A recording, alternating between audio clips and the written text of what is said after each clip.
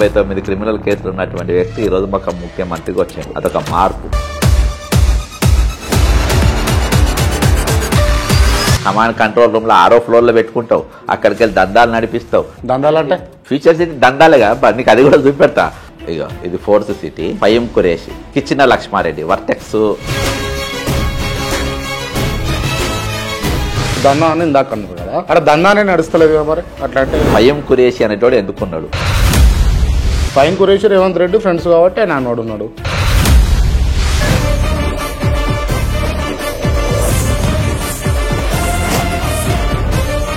జూబ్లీహిల్స్ ఉప ఎన్నికలో కాంగ్రెస్ పార్టీ గెలుస్తుందా, బీఆర్ఎస్ బీజేపీ గెలుస్తుందా? రేవంత్ రెడ్డికి జూబ్లీహిల్స్ సీటు కాంగ్రెస్ పార్టీ ఓడిపోవాలని ఉన్నది. దానికి గల కారణాలు ఏంటంటే, ఆల్రెడీ ఈయనను ఎట్లా మార్వాలి అని చెప్పేసి ఢిల్లీ వాళ్ళు తర్జన భర్జన పడుతూ ఉన్నారు. నిజమా ఇదంతా? ఉత్తమ్ కుమార్ రెడ్డి కొంతమంది కాసుకొని కూర్చున్నారు. సో మొత్తానికి రేవంత్ రెడ్డి ఇష్టం లేదు నవీన్ యాదవ్ గానీ, లేకపోతే కాంగ్రెస్ పార్టీకి టికెట్ ఇస్తే గెలుచుడు. కాంగ్రెస్ పార్టీ గెలుచుడు 100% ఇష్టం లేదు.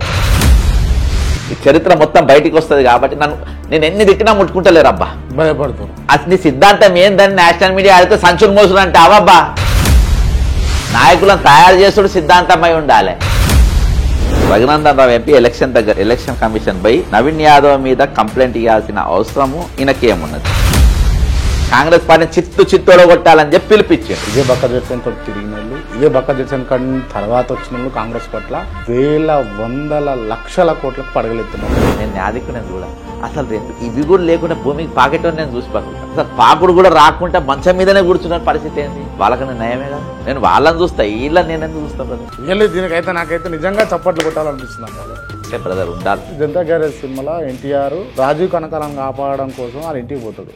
అలా భార్య చెప్తాడు, అమ్మ బయట వస్తుంటే నేను మొక్క చూసిన, చాలా అరుదైన రకం, దాన్ని చాలా జాగ్రత్త కాపాడుకుంటున్నారు. ఈయన కూడా అరుదైన రకం, దానిలాగా ఇతన్ని కూడా జాగ్రత్త కాపాడాలి. ఆ రకం మళ్ళా మిమ్మల్ని చూసినప్పుడు అనిపిస్తుంది నాకు.